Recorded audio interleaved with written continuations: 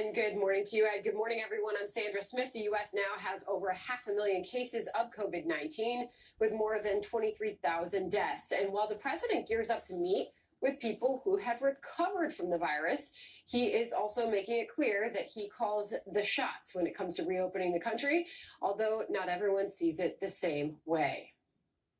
I'm going to put it very simply. The president of the United States has the authority to do what the president has the authority to do, which is very powerful. The president of the United States calls the shots. If we weren't here for the states, you would have had a problem in this country like you've never seen before. Now, with that being said, we're going to work with the states because it's very important. Willie, the only way this situation gets worse is if the president creates a constitutional crisis.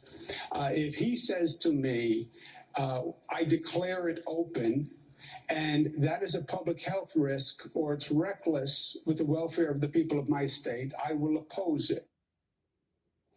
Live Fox team coverage for you now with Dr. Mark Siegel. He is standing by. First to Chief White House correspondent John Roberts. John, a lot of reaction to the president's words in that briefing yesterday. Yeah, there's a lot of constitutional experts who are weighing in saying who has the authority here.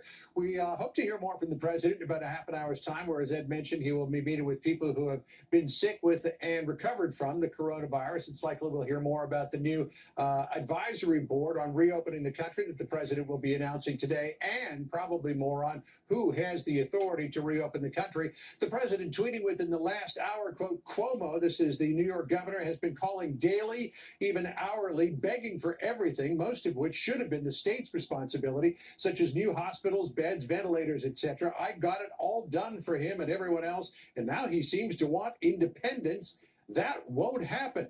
Governor Cuomo and the governors of 5 other states in the region banded together yesterday to come up with a plan to reopen their states. The governors of California, Oregon, and Washington state also taking similar action. But the president declaring at his daily coronavirus briefing yesterday that the authority to reopen the nation remains his. Listen here. When somebody's the president of the United States, the authority is total. And that's the way it's got to be. The authority is total. It's total. And the governors know that. Constitutional scholars tell Fox News that the president has persuasive authority over reopening. In other words, he can encourage governors to do it, but that it's up to the governors themselves to lift restrictions in their individual states. Here's Judge Napolitano on that earlier today on Fox. The federal government can help out with cash. It can help out with resources. It can help out with information.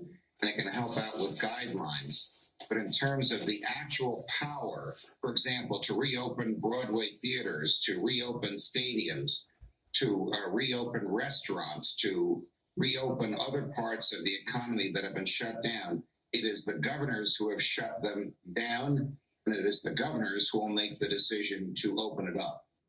Now, on the president's new advisory board to reopen the country, the announcement expected later on today at the Rose Garden for the daily coronavirus briefing. What we know of this advisory board so far is that President Trump will take a leading role. Mark Meadows, as chief of staff, will play a supporting role, and that will involve a wide variety of outside advisors coordinated by key administration officials. We are told by the White House that this will not be like the coronavirus task force, which meets every day. This group will act as an advisory board to help develop information and recommendations on how and when the country can be reopened. Dr. Anthony Fauci saying yesterday that reopening the country won't be like the green flag is waved at a racetrack and then everybody races to get back to work. Fauci saying it will be more of a rolling reentry. Listen here.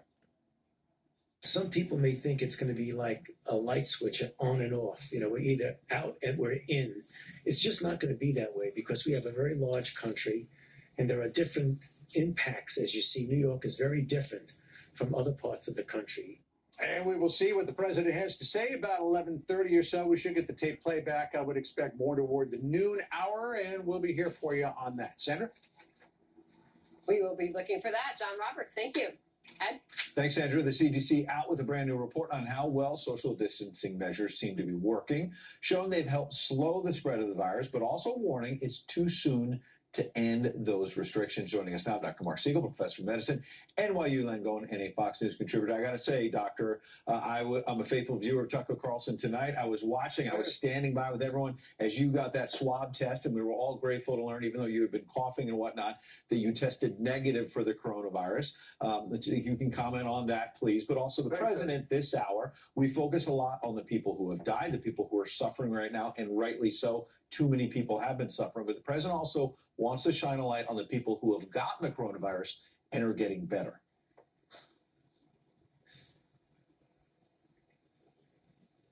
Can you hear me, Dr. Siegel? Oh, yeah, I hear you, Ed. Listen, first of all, regarding my test results, I'm very happy, and it actually speaks to a larger point, which is I would like this testing to be rolled out to as many people as possible. And I talked to the head of CDC yesterday, Robert Redfield, who agrees that the mitigation strategy will have to continue on past the next several weeks. There's no way of just letting go of it, but it needs to be combined with a strategy of testing, of testing people who are sick, people who are in contact with those who are sick, and then people who are may have been sick before and may have antibodies now. And as far as the CDC report that you just mentioned, 4 cities were looked at: San Francisco, Seattle, New Orleans, and New York. And here's what's dramatic, Ed. 80% of the people in those cities were freely mobile at the end of February. But you know what happened a month later?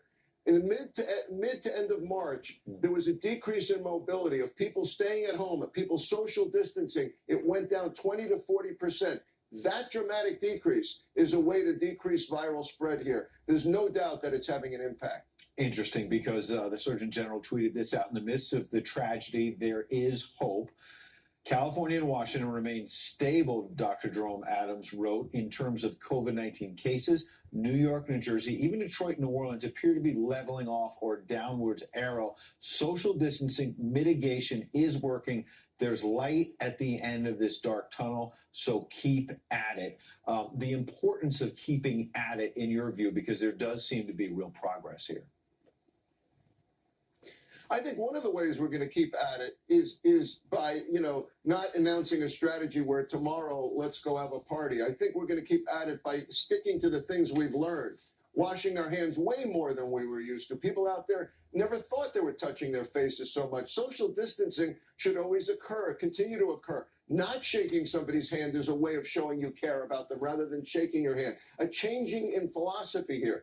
And I would add to that, again, NIH is currently studying testing whole communities. They're looking at 10,000 people right now to see how much asymptomatic spread there is. That's what we need to know. We need to know how easily this virus spreads. We already know it's wildly contagious. We need more information. As the weather improves, we may very well see a decrease of this virus spreading just due to the weather. But we can't let up, or it's absolutely going to come back. Absolutely. We've been saluting you and many others in the medical profession, whether it's doctors, nurses, all the people helping out. Time Magazine, interesting story. We carry that burden. It says medical workers fighting COVID-19 are facing now a mental health crisis. Among the issues, they say 50% reported symptoms of depression, over 44% symptoms of anxiety, 34% insomnia, distress, 71%. You can certainly talk about the general public and the mental health challenges, but for the folks on the front lines, this is a real issue.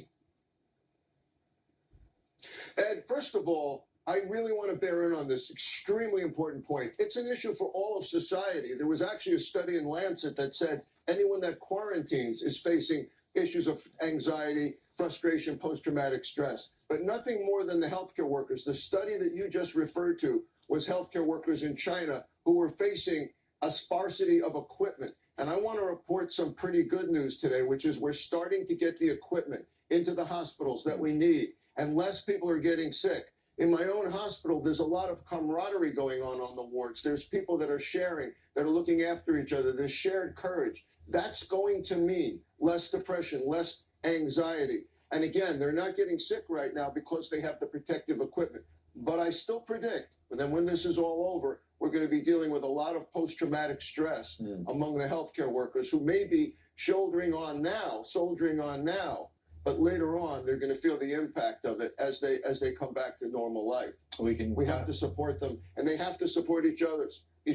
Absolutely. We've been trying to support them, and you're right to shine a light on all of this. We're certainly glad that you tested negative and that your father, who you mentioned on Tucker Show as well, is doing well. Dr. Siegel, thanks as always. Thank you for that. I'm glad you're also healthy. Thank you. Fox News Alert now, as we learn that President Obama will be endorsing Joe Biden today. Sources telling Fox that the former president will formally back his ex-vice president in a video message to be released anytime now. Fuck you, Peter Obama. Ducey is live Piece in of Arlington, shit. Virginia with more. I should say his vice president. Peter, good morning.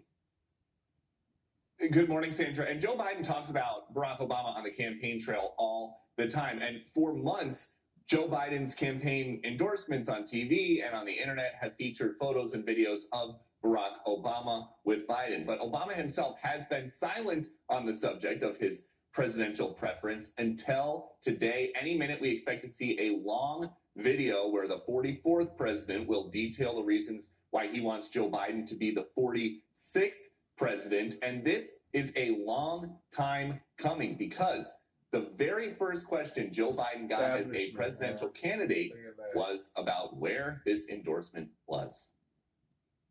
If you are the best choice for the Democrats in 2020, why didn't President Obama endorse you?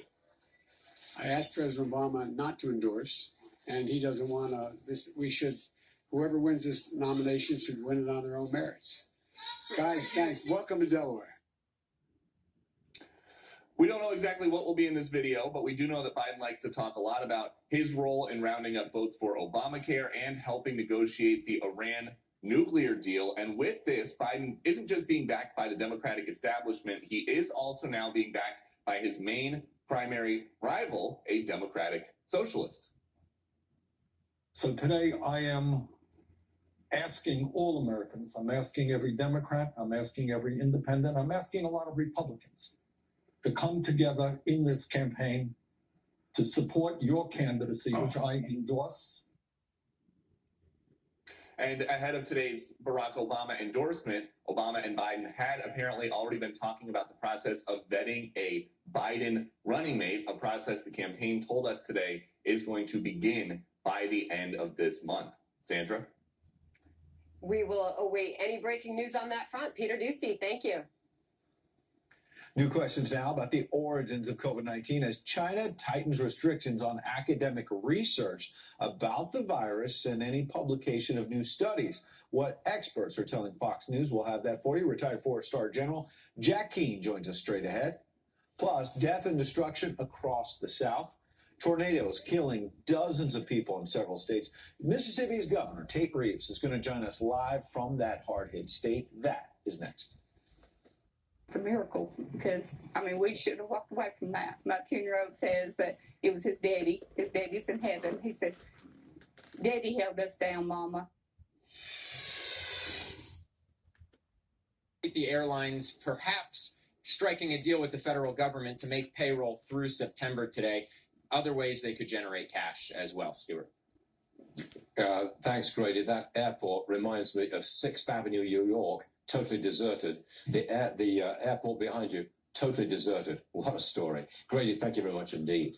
All right, next, National Economic Council Director Larry Kudlow. We'll be back.